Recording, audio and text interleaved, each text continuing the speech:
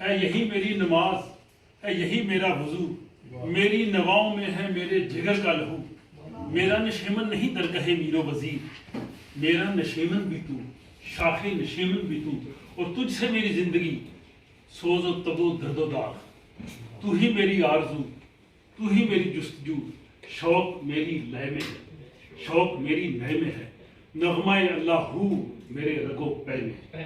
His Excellency Ambassador of Pakistan Dr. Zahoor Ahmed, Professor Heinz Werner Wessler, Excellency Dr. Sayyid Zia Hashmi, verses which I quoted، یہ علامہ اقبال کی نظم جو مسجد قرطبہ کی دعا ہے، ان کے یہ اشعار ہے جو مجھے بہت پسند ہے۔ اگر اقبال کو سمجھنا ہے، اقبال کی فکری بلندی دیکھنی ہے تو ذوق و شوق کو پڑھیے، خضر راہ پہ جائیے، طلوع اسلام پہ آئیے، جواب شکوہ کو دیکھیے، ابلیس کی مجلس شورا کو دیکھیے، اور اگر فارسی کلام دیکھنا ہے جیسا بھی میرے بھائی کہہ رہے تھے، اسرار خودی، رموز بے خودی اور پیام مشرق کو دیکھیے، اور دور حاضر کے جو ہمارے مسائل ہیں، the contemporary problem which we want to have the solution in the light of Holy Quran. So you have to read the Iqbal's Khutbat, Reconstruction, Religious Thoughts in Islam. آپ کو پتہ چلے گا کہ اقبال کس بلندی پہ ہے۔ اگر میں اقبال کا ایک بہت سا اتنا سا طالب علم ہوں، اقبال کی ساری شاعری کا خلاصہ انہوں نے اپنی ایک شعر کے مصرے میں کہہ دیا ہے۔ ایک بہت بڑی بات ہے، شاید the first only one verse of the Persian Iqbal said what the whole content of his message. از کلید دین دنیا کشاد، دین کی چابی سے دنیا کو کھولنا ہے، یہ سارا اقبال کا میسج ہے جو اقبال نے ہمیں دیا ہے۔ اور اقبال نے ابھی جو جرمنی کی بات ہوئی، اقبال نے جرمن مشہور جو شاعر ہیں فلسفی ہیں گوئٹے، ان کو بہت خراج تحسین پیش کیا ہے، آپ جانتے ہیں، اور اقبال نے ان کے ساتھ اپنا موازنہ بھی کیا ہے، کہا ہے ہر دو دانائے رموز ضمیر کائنات، ہر دو دانائے ضمیر کائنات، ہر دو پیغام حیات اندر ممات، کہ دونوں گوئٹے اور اقبال دونوں اس کائنات کے پیغام کو سمجھتے ہیں اور چلتے ہیں، لیکن اقبال نے فرق بھی پیدا کیا۔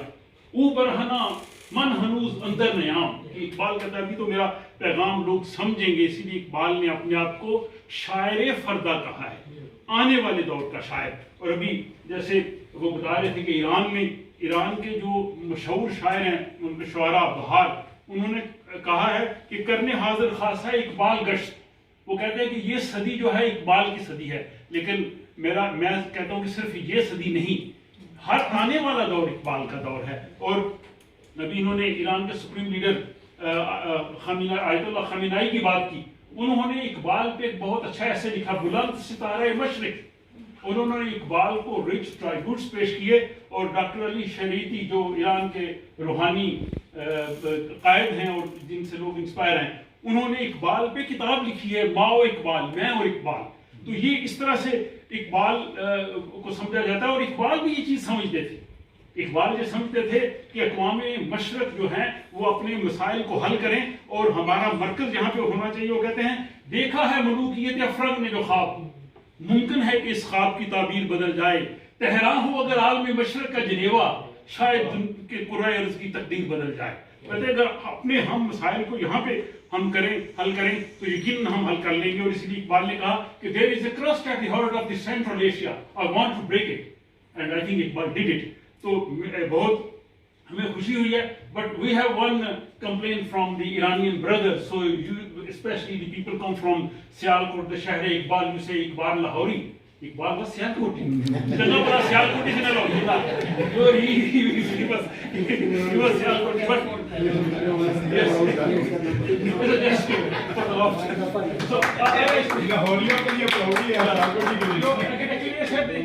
Iqbal is famous in Iran as a Iqbal Lahori, you know the Lahore, but actually the birthplace of Iqbal is Sialkot, he belonged there. So I am from Sialkot, Iqbal is Sialkot. And yesterday I was talking to my friend, Professor. All of us are from Sialkot. I got the reason. Yesterday I talked to my friend, Professor Ali Qasmi in Tehran.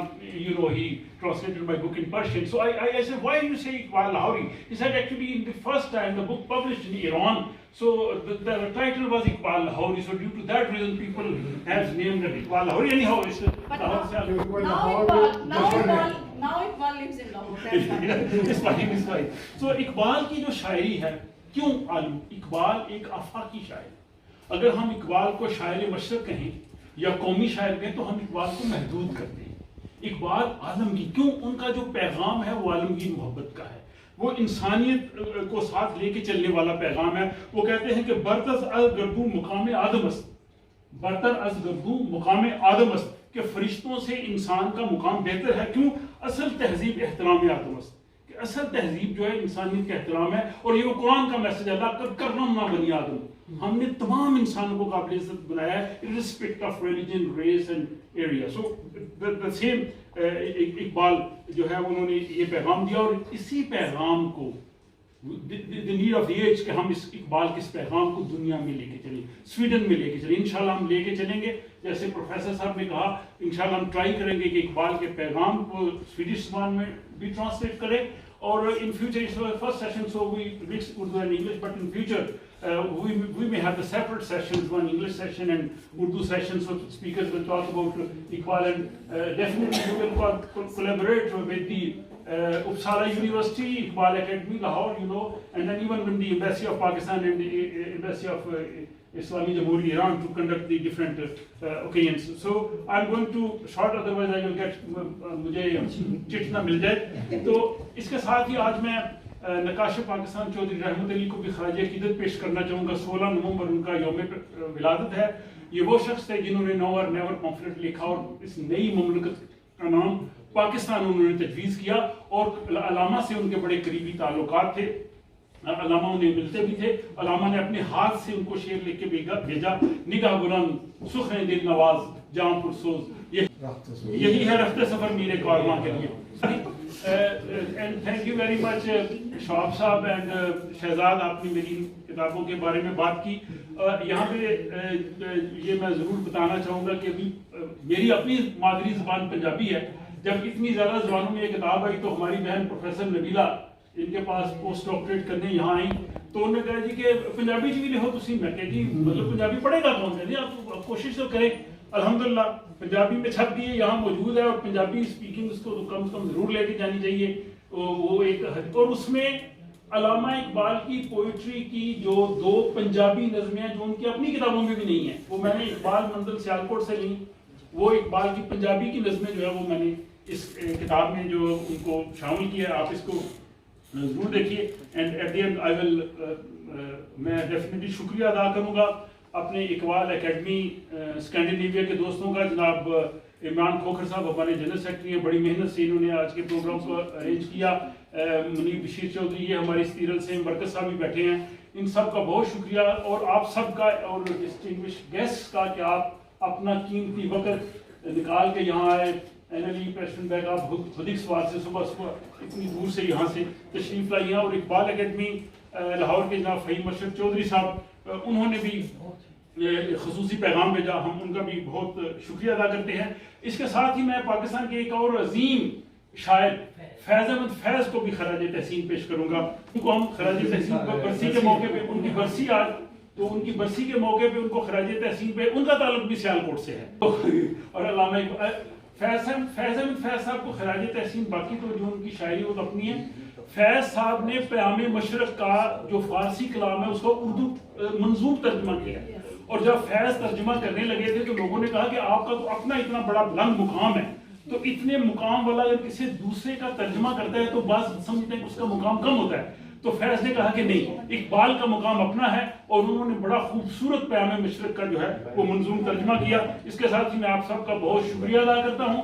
ہم نے الحمدللہ اپنی روایت کو برقرار رکھا، ہم نے تقریب بر وقت شروع کی، اور انشاءاللہ آئندہ بھی جو تقاریب ہم منعقد کریں گے بالکل وقت پہ شروع کر کے وقت پہ ختم کریں گے، چاہے چند جو حاضرین ہوں۔ تو آپ سے اجازت چاہتے ہوئے اقبال کا جو ہے وہ پیغام دوں گا، جو انہوں نے کہا کہ تو راز کن فقاں ہے اپنی آنکھوں پہ عیاں ہو جا، تو راز کن فقاں ہے اپنی آنکھوں پہ عیاں ہو جا، خودی کا رازداں ہو جا، خدا کا ترجمہ ہو جا، ہوس نے ٹکڑے ٹکڑے کر دیا ہے نو انسان کو، ہوس نے ٹکڑے ٹکڑے کر دیا ہے نو انسان کو، اخوت کا بیاں ہو جا، محبت کی زبان ہو جا۔